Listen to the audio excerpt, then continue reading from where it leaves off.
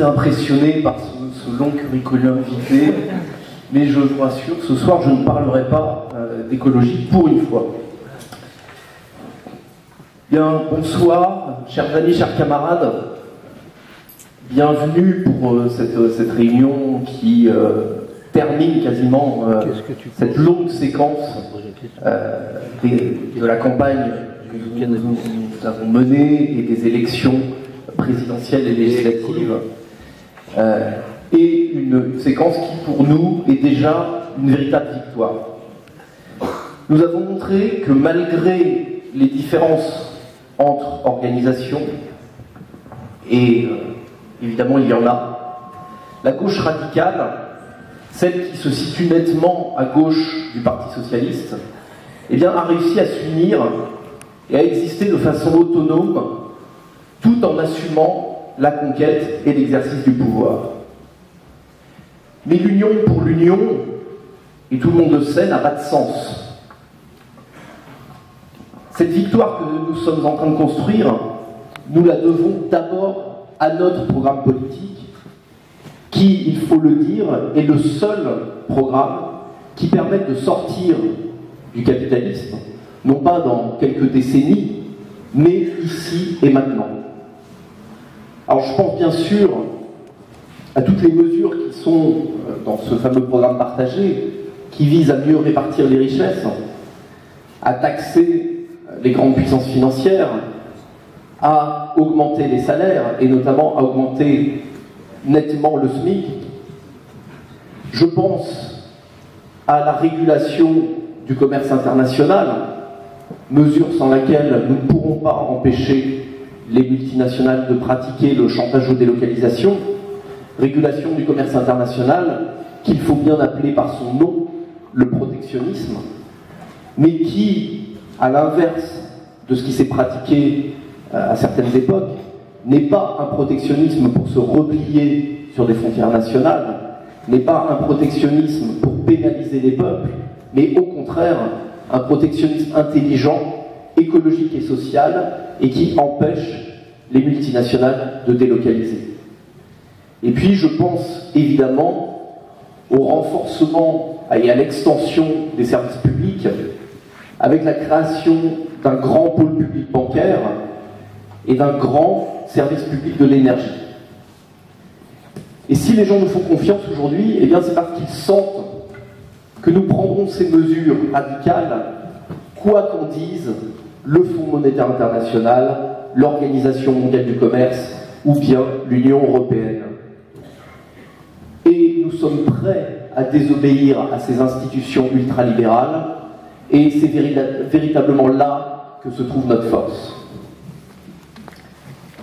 Ce qui veut dire que cette fin de campagne, eh bien, n'est que le début d'un long combat.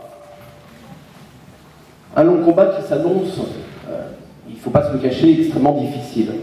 Vous avez vu comme moi quelle est la situation aujourd'hui en Grèce et ce que subissent nos camarades, ce que subit le peuple grec aujourd'hui. Je suis convaincu d'une chose, c'est que pour les tenants de l'ordre économique international, eh bien, la Grèce est une sorte de test. Il s'agit pour eux de savoir jusqu'où ils peuvent aller dans l'ignominie, de l'austérité, de l'inégalité et des mesures antisociales. Il s'agit d'évaluer ce que le peuple grec est capable d'endurer sans mettre à feu le pays. Et évidemment, une fois qu'ils auront mesuré ces limites, eh bien l'objectif est d'appliquer ce même traitement ultralibéral à tous les peuples européens. Alors vous savez aussi que la gauche radicale en Grèce vient de faire une formidable percée électorale.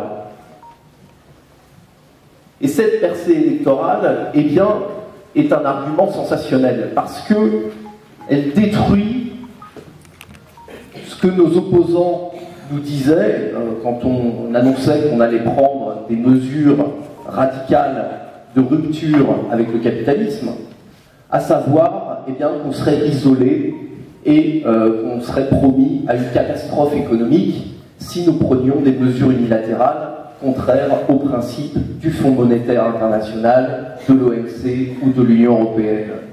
Eh bien, tout ceci est faux.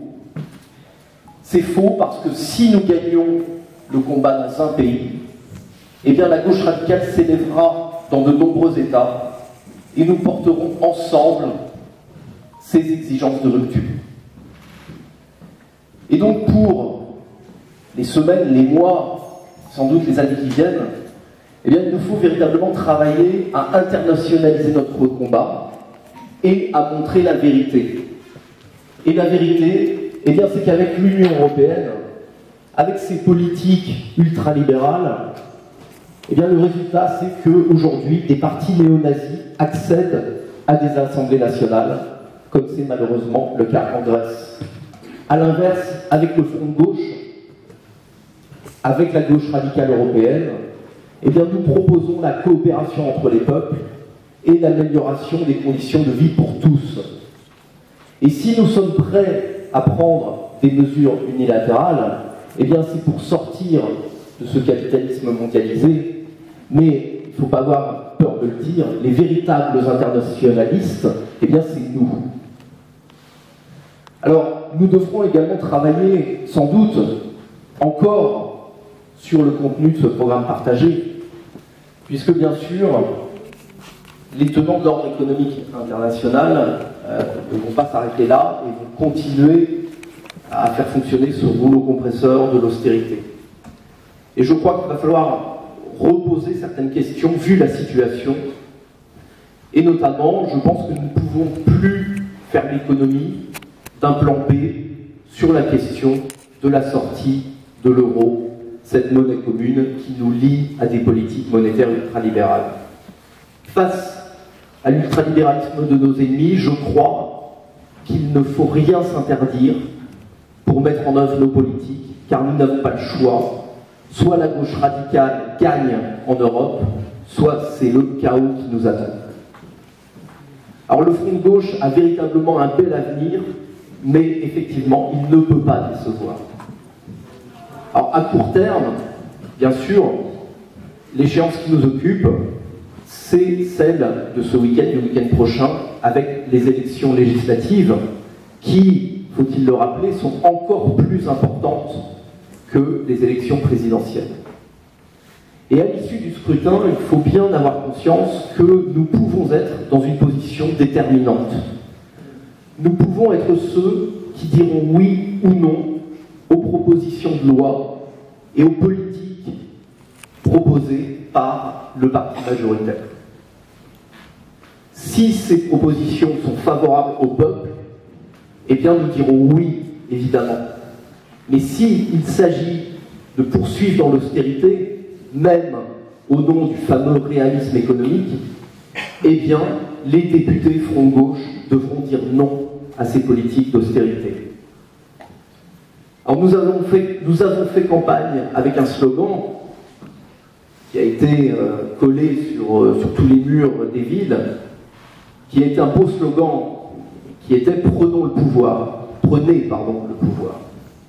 Bien, je crois qu'aujourd'hui, ça n'est pas simplement une formule, et qu'en votant pour Nathalie Rimbaud-Rétière, en votant pour Thierry Mirbeau, en votant pour Pierre Barodon et en votant pour Samuel Bougrier, eh bien, nous avons effectivement la possibilité de prendre le pouvoir, même sans être majoritaire.